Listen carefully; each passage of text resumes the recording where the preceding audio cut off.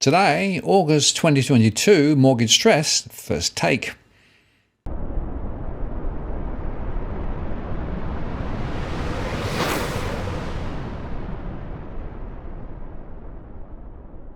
Hello again, it's Martin North from Digital Finance Analytics, web latest post covering finance and property news with a distinctively Australian flavour. Well, we've updated our models now to the end of August, and today I'm going to take you through some of the first take results, recognising, of course, that there's a lot of work behind the scenes that goes on here because we have incorporated now the latest census data up to 2021, and also the latest from our household surveys, which is bang up to date. Before I start, let me just talk to you about the definition of stress that we use, because it does seem to create some confusion. Now, there are many different definitions of stress out there. For example, 30% of income going to pay the mortgage. That is sometimes gross and sometimes net. And actually, it's not really a very good metric these days. It used to be because banks would only lend up to 30% of income. That's changed, of course, now. We define stress, though, in cash flow terms. If households have more outgoings, excluding one-off discretionary items, than income, we define them as stressed. If they have a mortgage, then they're in mortgage stress. If they're renting, then they're in rental stress. Investors with cash flow pressures are identified as stressed investors, and we also aggregate the data to estimate the total financial stress down at a postcode level. And we express that as a percentage of households and a count in each of the postcodes. In fact, we think that the count is a better measure rather than the percentage, simply because if you have a small number of households in a particular postcode, then the chances are that the stress count will be quite high from a percentage perspective, but in terms of the absolute number, it's much lower, and we think the weight of numbers is probably more significant.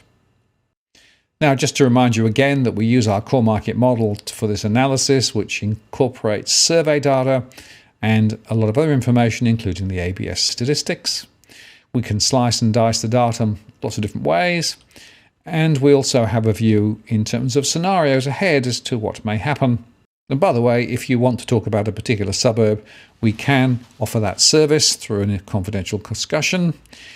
I can't give specific financial advice, but I can discuss my data at a given postcode and look at the underlying trends. We can look at stress, home price trend data, and perhaps form a view as to where price trends may head. Now, it's obviously not a prediction, it's just an estimate. And if you want to have a conversation with me via Zoom or a phone discussion up to an hour, you can book. There is a fee involved, simply because there's work involved to be able to pull the information together.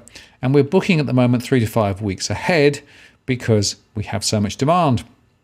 If you'd like to contact me via the blog, links below, I can tee something up if you're interested in exploring this. Anyhow, now let's look at the mortgage stress data for August 2022. And we start with looking at rental stress, because rental stress is part of the bigger picture, and I actually think it's probably a bigger story than many people realise.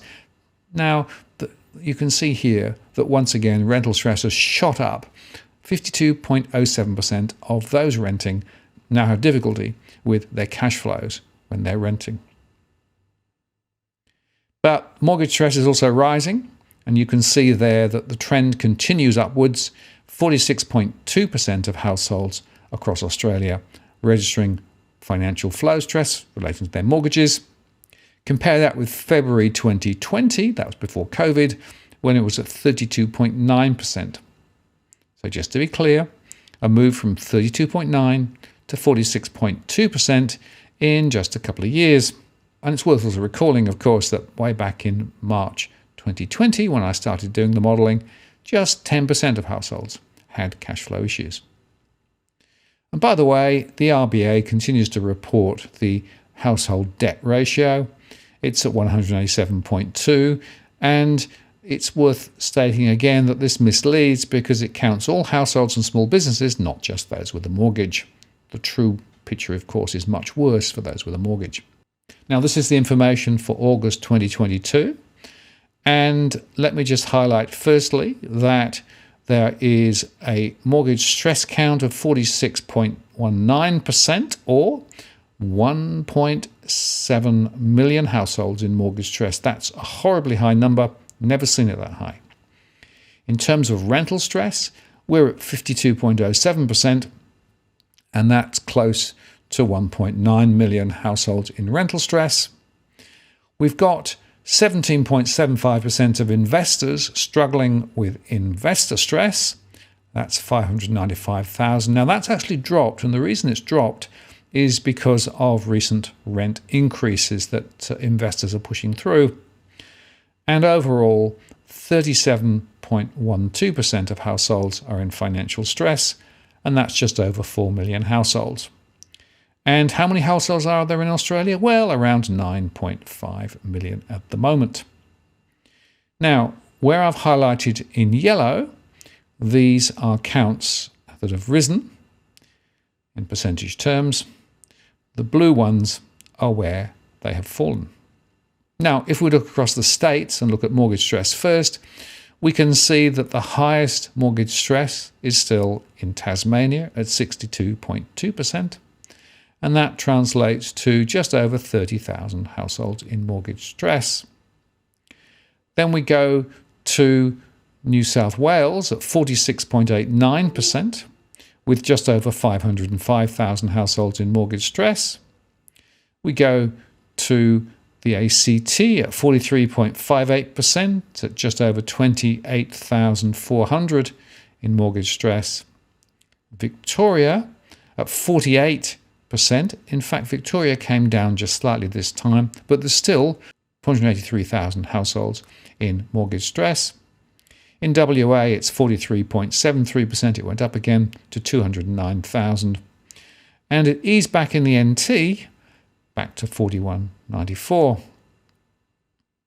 South Australia also saw a slight improvement, with 147,000 households in mortgage stress.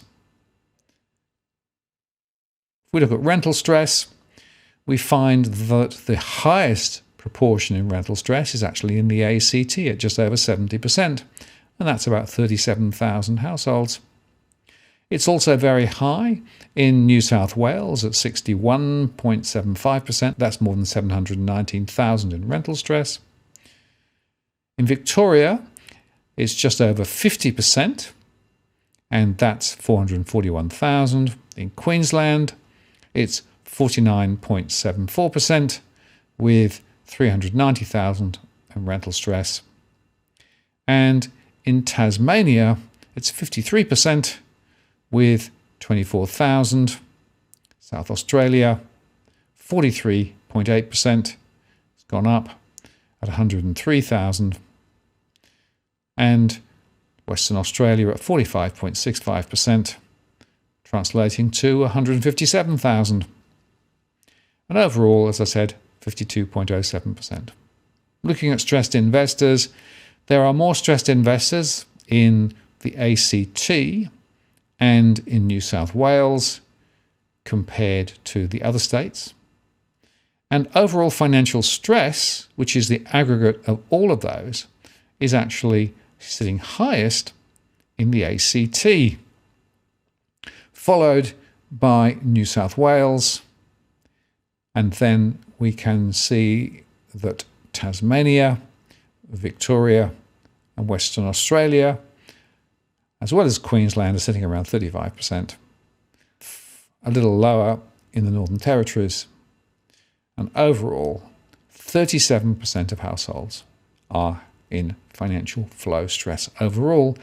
That's a very high number, of course, and it's driven dramatically by both mortgage stress and rental stress. If we then move to our segments, we can see there that from a mortgage stress perspective, the highest proportion of households in mortgage stress are young growing families at 81.78%, followed by those on the urban fringe, 76% and 72% for the disadvantaged fringe. And we also see that multicultural establishment there, the first generation Australians, are also registering high at 42%. Exclusive professionals and young affluents are also showing. I do find it interesting that a number of more affluent households are beginning to struggle, but then we also see rises amongst more stable families as well, and even among some older households too. Rental stress registers significantly across many segments, but the one that stands out are the multicultural establishment, the first generation Australians moving into Australia. Many of them are actually finding the cash flow pressures significant. It's also quite high across most of the segments, although, again, I want to highlight that young growing families at 60% in young affluents are significantly exposed, as are some exclusive professionals as well. Looking at investor stress, we find that that is sitting in some areas quite significantly. For example, young affluent households have significant pressures with their investment properties, as do exclusive professionals. Now, one of the reasons there is that they're quite leveraged up with multiple investment properties and big mortgages. We also see, again, some of the first generation Australians finding that the returns are not what they expected, so they're having issues. And some of the other segments are less exposed, well, partly because they have less investment property. And overall financial stress is most significant amongst young growing families. That includes a lot of first-time buyers, as well as those on the urban fringe and first-generation Australians. Now, if we then just step across into looking at mortgage stress by postcode, I sort it by the count rather than the percentage. And the postcode this month with the highest count of mortgage stress across the country is postcode 2560. That includes Rose Meadow, Lima, Glen Alpine, but Campbelltown is the centre of gravity there. Next, we have another New South Wales postcode 2170, which includes areas around Liverpool and Mount Pritchard and Warwick Farm, with more than 12,000 households in mortgage stress.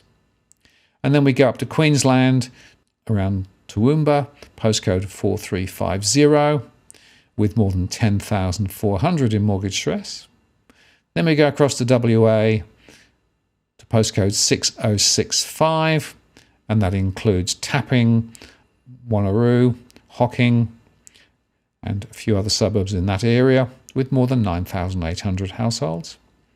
Then we go to Cranbourne in Victoria, postcode 3977, with more than 9,200 households in mortgage stress.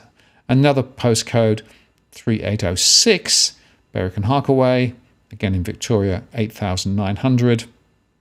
Then we come back to postcode 2765, which includes Marsden Park, Box Hill, Berkshire Park, Riverstone and Vineyard.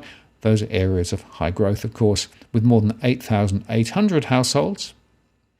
And then we go to Victorian postcode 3805, Narre Warren and Fountain Gate, with more than 8,800. Followed by Pakenham in postcode 3810 in Victoria, 3810, 8,440 households there. And then we go across to Victorian postcode 3029, including Hoppers Crossing and Tarnett, with 8,200. Then we go to a regional centre, Ballarat, 3350, with more than 7,800. Back to New South Wales, to 2570, which includes areas around Camden Park and Camden, with 7,700. Then we go to Western Australia, postcode 6030, which includes Tamala Park, Ridgewood, Quinns Rock, and Clarkson, with 7,421. Now, the point I want to make here is a lot of these areas are high growth corridors. So lots of new development, lots of relatively newly purchased properties, a lot of first-time buyers, a lot of big mortgages. And of course, that's now where we're starting to see prices begin to slide as well.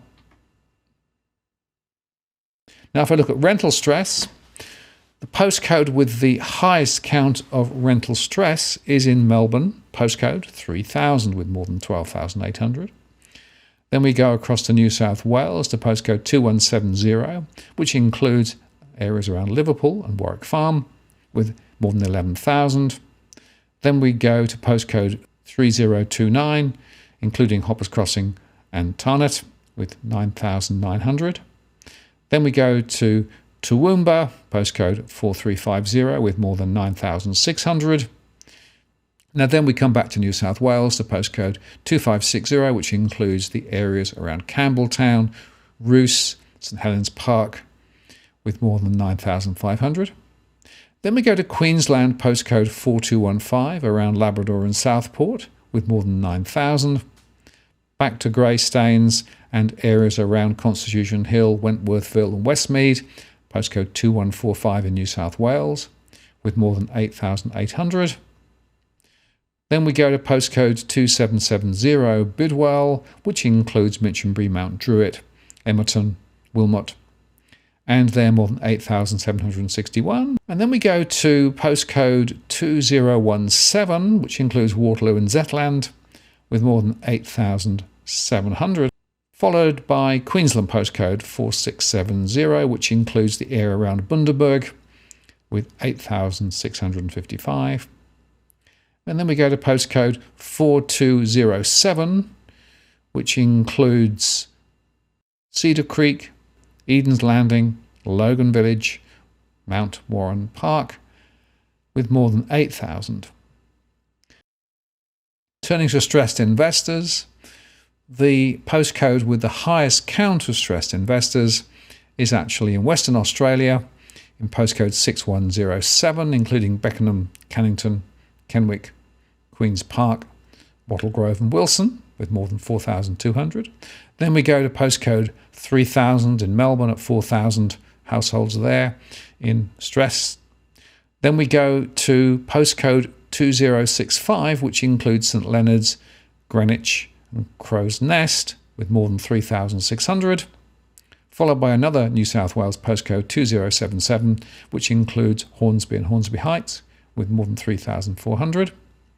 And then we go to Greystanes and the areas around Wentworthville and Westmead, postcode 2145 with more than 3,200. Beyond that, we go to Queensland postcode 4006, including Fortitude Valley and Newstead with 2,831. And another Queensland postcode 4215, which includes Southport and Labrador with 2,782. And then we go to Victorian postcode 3977, which includes Cranbourne with 2,730, followed by postcode 2099 around Dee Why and Narrowena and North Kirkcurl, 2,700. And then postcode 2010 around Surrey Hills and Darlinghurst with 2,693. And then postcode 3006, South Bank in Victoria, 2,650. Then back to New South Wales, including the area around Campbelltown, postcode 2560, with 2,556. Back to Victoria, postcode 3141, South Yarra, which includes 2,407. And to Western Australia, the area around Mandurah, with more than 2,385 households from an investment perspective are stressed. And finally, the financial stress is highest in postcode 2170, which includes Liverpool and areas around there, including Warwick Farm with 24,300. Then we go to New South Wales postcode 2560, which includes places like Campbelltown, and there more than 24,000 households are in financial stress. Then we go to Toowoomba in Queensland, 4350 with more than 22,000. Back to Victoria, postcode 3029 to Hoppers Crossing with more than 19,600. Then we go to postcode 3977 to Cranbourne with more than 19,000 again. Back to postcode 3000, the centre of Melbourne, with more than 16,000. Then we go to postcode 2770, which includes areas around Mount Druitt and Lethbridge Park with more than 16,000. And then we go to Ipswich and areas around there, postcode 4305 with more than 15,000 households in financial stress. Greystanes and areas around Westmead 2145 with 15,000 plus. Then we go to Blacktown, postcode 2148, which includes Blacktown and Kings Park with more than 15,000. And across to postcode 3030, which includes Derrimut, Point Cook and Werribee. And then we go to Queensland, postcode 4300, which includes Belbard Park, Brookwater and Springfield with more than 14,000. Then the regional centre, Ballarat 3350 with more than 14,000. Back up to Queensland, to Labrador and Southport, postcode 4215 with more than 13,000. Back to New South Wales, to Camden South, including the Oaks, Mount Hunter and Oakdale, postcode 2570 with more than 13,000.